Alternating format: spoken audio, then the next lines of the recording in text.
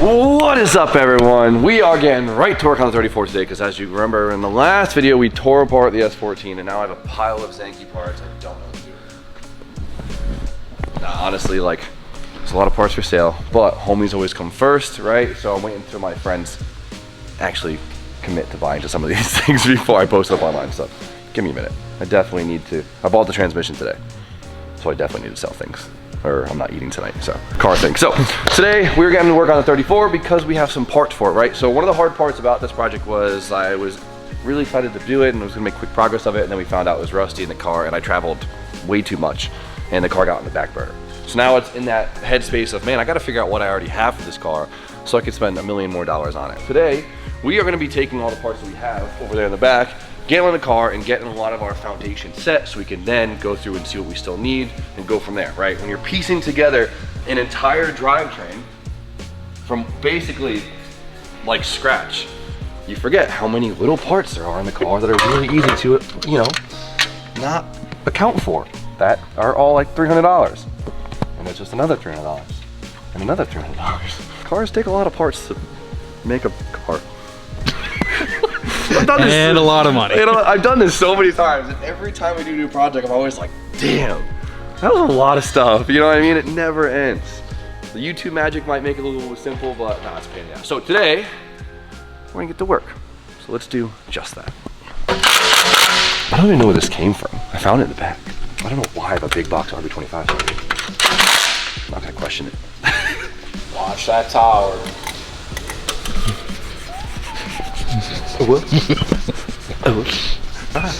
Well, at least this is. No way. I didn't. Let me get a rag. It's good clear. Clearly. That's better. Well, like I was saying, at least this is the fun part where you kind of get that instant gratification. Every time you put a new fancy or painted part on, you get to see like the change in the engine bay and it gets exciting, right? So we should see some good transformations there. I'm just excited for some fab work. I'm tired of painting. Yeah, you've been playing painter like crazy lately, huh? Look at you, still scuffing something up. Still gotta go paint the A6. You haven't, for everyone's asking, he hasn't sanded anything. I have no shame in that. Oh shit. And yes, I know the turbo for this thing is quite small. A little too small. I think our goal was to get a really heavy hitting 500 horsepower, so it's gonna be a street car, but even for that, the RBs get choked up pretty good, so we're gonna probably upgrade this thing a little bit later on. Luckily, they're so easy to change with all the V-bands on them that I think we're gonna test it on the G30 and see how it does, and from there, upgrade to the G35, and then we'll have some comparative results, which will actually be really exciting. So getting the manifolds on are your quickest sources of satisfaction, right? Because it's two big things and it makes the engine bay look done, but we need to get them on so we can see how everything fits around them. And with the RVs, their coolant runs through, see how the coolant is shared? Those little square pores, those are coolant. So their intakes like house the coolant channels, which is such a pain. And what we'll be using is the factory RB26 ITBs. You see how they all have individual throttle bodies per runner. They're a little small, but and some people, it's a little bit controversial. Some people love them, some people hate them. I actually love the feel of the factory RB26 ITBs. It feels pure, it has a great response, and honestly, it looks pretty good. Like, I don't know if I really care for the big sheet metal forward-facing intakes for the RBs. I mean, it's a vibe for sure, but there's something about like the OEM like reman setup that just looks right. You know, it looks like OEM performance. 12 seconds later. Quickly learned why no one likes to use these things, because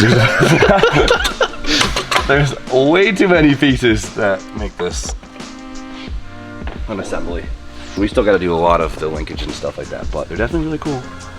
The remanufactured ones, like look how sleek it is. Like if this was an old crusty one, I'd be not so hyped, but the remanufactured intake, it just looks so damn good. Hope this is right. And the piece that brings it all together, the plenum. Let's go. Just like that. Done. Just needs a tune. Back on marketplace. Like look at it. Oh, we need back on marketplace. We're gonna leave this one a little bit loose because we might actually have to pull this on and off to get underneath it, but for now we need this in place for mock-up to make sure everything else fits around it.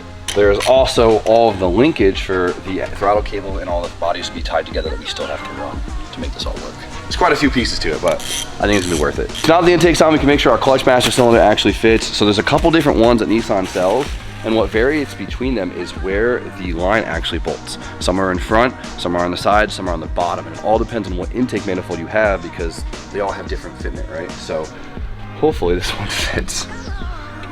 because this is just a standard GTT one. And it looks like we got plenty. Yeah, okay, we got plenty of room. But you have to be so careful because a lot of these forward-facing intakes, they'll end up coming back all the way to here, and so your brake master might not fit. You see with the SRs, with the Gretty intake manifolds and stuff like that, they'll hit. So you have to be very, very careful. OEM, baby. Like this is, look how good it, like it's all nice, shiny parts. I love it. It's like Christmas. Christmas is coming up. Yeah, I wear a size 2JZ 3.4 liter stroker VVTI. If anyone wanted to know if anyone wanted to know what I wanted for Christmas. With a little bit of this.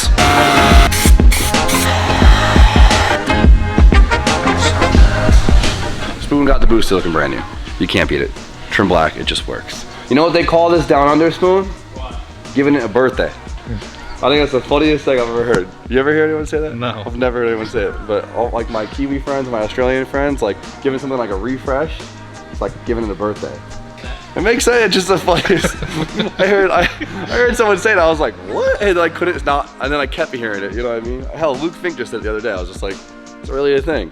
We're giving this thing a birthday. Don't forget your little seal. Happy birthday to you. Oh yeah. Like all the big stuff just going in, it just like falsifies how much work there is still to have left. Like it looks so complete, doesn't it? Gotta love shiny stuff on red. Quick little thermostat, and we always drill a couple small holes inside of them. That's a little controversial. The problem with this, every time I don't drill a small hole, I can never get the cooling system to bleed for the first time. So this allows a little bit of coolant to go around the thermostat, so it helps it bleed. Mainly just the first time the system becomes real empty. And then it's not enough flow to actually make the thermostat not efficient for what the thermostat is for, right? That one's up to you. But every time I don't drill, I'm always like, nah, I'm not gonna drill a hole. Look, it has a little bleeder screw to begin with, right? Never bleeds, right, Spoon? Every single time. Every time. Every time. Whatever. But when your block's completely empty, it's so hard to get, you know, cool up in there.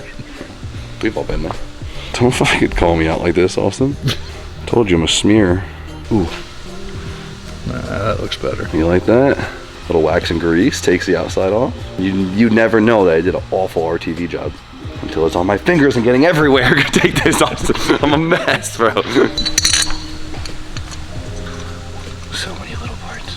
All right, so this weekend, Tommy brought me down a little Skyline care package since he's, you know, has every part number in his brain. That's why he's got no hair. Just burning with all these part numbers in his head, right?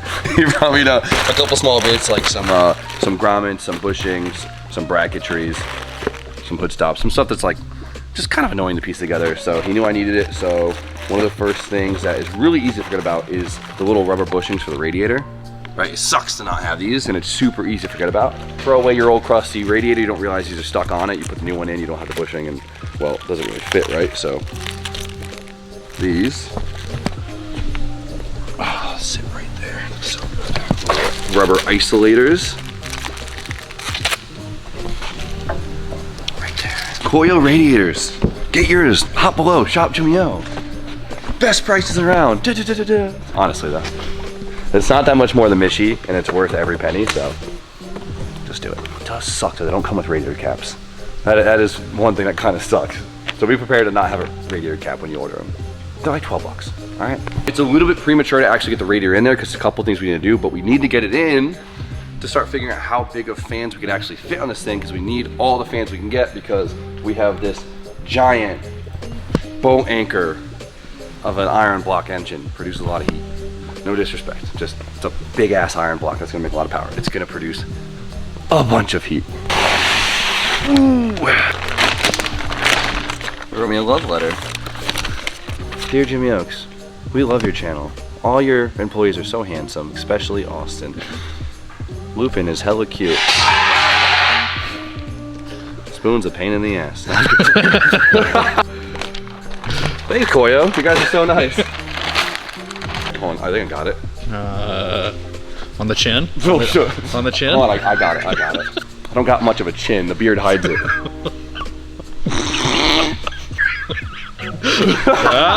Just for a split second. That's still impressive. Just slow-mo it so it looks like I did it for a long time. Take a look now, because all the fins are mint. On the end, it won't be. Usually when we do a long build, we'll usually put a piece of cardboard on both sides. Since you're taking it in and out so many times, you don't want to skunk all the fins right away, but it is What it is. Oh, this how shows you how straight the radiator is and how straight the core support is. Perfect cap down the whole thing. Found our old radiator brackets, but these things need a quick birthday. Quick birthday? Quick birthday. Ta-da! Happy birthday. That looks so good. Our boys down at Phoenix sent us some radiator hoses. They don't make 34 hoses, but they make 32 and they make 33 hoses. So they sent us both to see which one might fit. So you could tell that the other 33 is like slightly longer than the 32 one. I'm feeling 33. The guys down at Phoenix are so good to us. The lower looks the same and the upper, the angle's slightly different. Look at that. Should have spit on it. Okay, so the 33 lower seems to fit if we just cram it all the way on.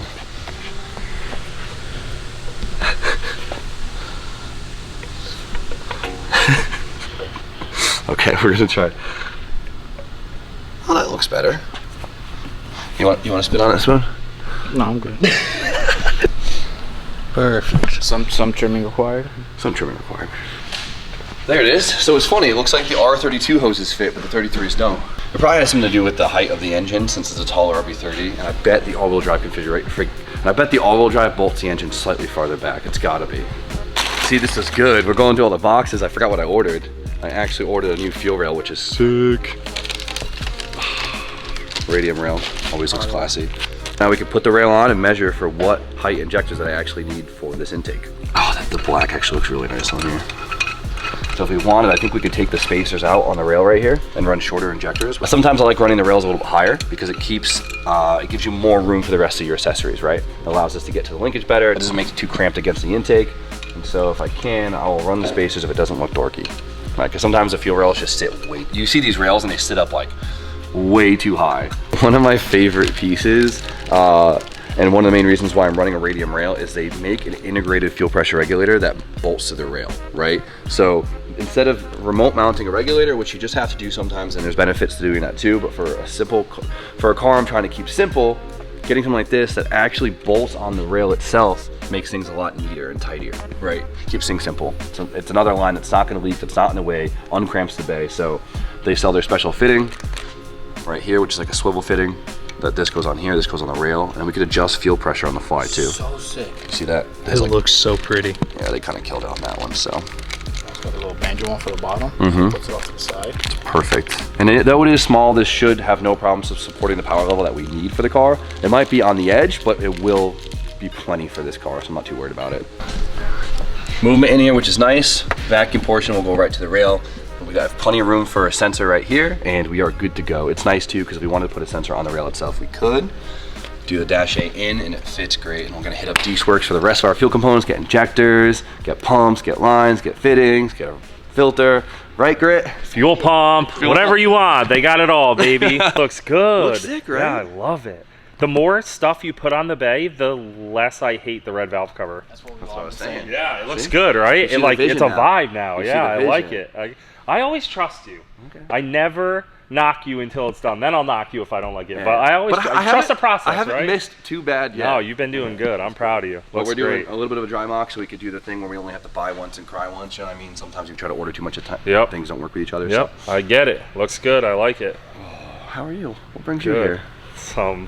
You just walked in. I'm coming to get some E36 parts, I think. Yeah, why do you need 36 parts? Huh? Some piece of junk on my trailer right now. What did you do? I thought you were behind. You're like your cars were getting so much nicer, and then Isn't this what YouTubers do? Reviving a junkyard. yeah, BMW. This is a Copart rebuild E36. Copart. Oh, that's gonna be my title. New Thanks, Pro car. Jim. You got that. He always helps me out. He's the Pro best. car, so you're building Yeah, an yeah. S14. I had to keep up. You got a shitty pro car. I mean, a really nice pro car. I got a really nice pro car. All right, Grant's got some crazy story behind all of this. If you guys, his video is gonna be out when we drop our video. So guys, of course, go check out Grant's channel. And Thank you, boys and girls. all I'm gonna say is Grant's gonna be driving for Team Oaks with this. Team thing. Oaks, You guys, yep. you guys will be seeing all about it. But I'm hyped for you. This Yeah. is the coolest piece of shit I've seen in a long time. It'll be good. It's gonna be good. This thing sucks. I love It it. does suck. This is the so core bad. of drifting, though. It's okay. Yeah. Wait, I just couldn't look at the duct tape anymore. there you go. thought we were gonna leave this energy in Ebisu. This is my new Ebisu car for home. Better watch out. You better hope I don't bring this thing to Lock City. No, you're gonna pull a Chelsea and ship this thing to Japan. What was that? Nothing. Was that the bumper? Oh my god. Did you kick it? Did you kick my dog? Oh shit! This is the. There's a lot more to come from this. Hey, Austin, watch this. Come here. Look. Jimmy, I need. We gotta go to Oaks Garage Parts Warehouse Emporium. Get myself a new corner marker. Every order on AndersonRacing.com will get you this corner marker. This car is gonna clean up. I don't really think it matters. Jimmy feels bad. He's pulling it off now. Look at him. You know when you're a kid and you do something and as soon as you stop, you go, I shouldn't have done that. Why did I do that? That's Jimmy right now. Broken a lot of windows as a kid. To work on this thing, we got a couple more things to do. One thing I have to figure out is the accessory because there's a couple different accessory options for the RBs, and so they look similar. Their offsets are slightly different, so I want to make sure everything I have is compatible, right? One of the first things is the power steering pump, and we will be using a non-Hikis pump. If you guys remember that these things, some of them came with Hikis, where it's the all-wheel drive steering. Basically like a mini power steering rack in the back. It's nuts, but it actually makes for a different power steering pump, but we got lucky and we have like a non-Hikis pump. And this should all work up. Spoon gave it a quick birthday before. I put hardware somewhere. Oh, it's in my pocket. This should keep things nice and simple. That looks good. And this will help us figure out our accessory depth so we can start making our fan shroud. We need to know the depth of all our accessories to then figure out how big of a shroud we can fit on this thing. Get the water pump on. The water pump should run in the middle. So yeah, this is gonna be our limiting factor, which was a decent amount of room for fans. It'd be so cool to run a clutch fan on this It would thing. be cool to run a clutch fan. I wonder if we can make it fit. It all depends on, obviously, the height of the water pump, right? Because it's going to justify the height of the clutch fan. And I don't know where our heights are with this RB30 and the spaces and stuff, but we can do some measurements.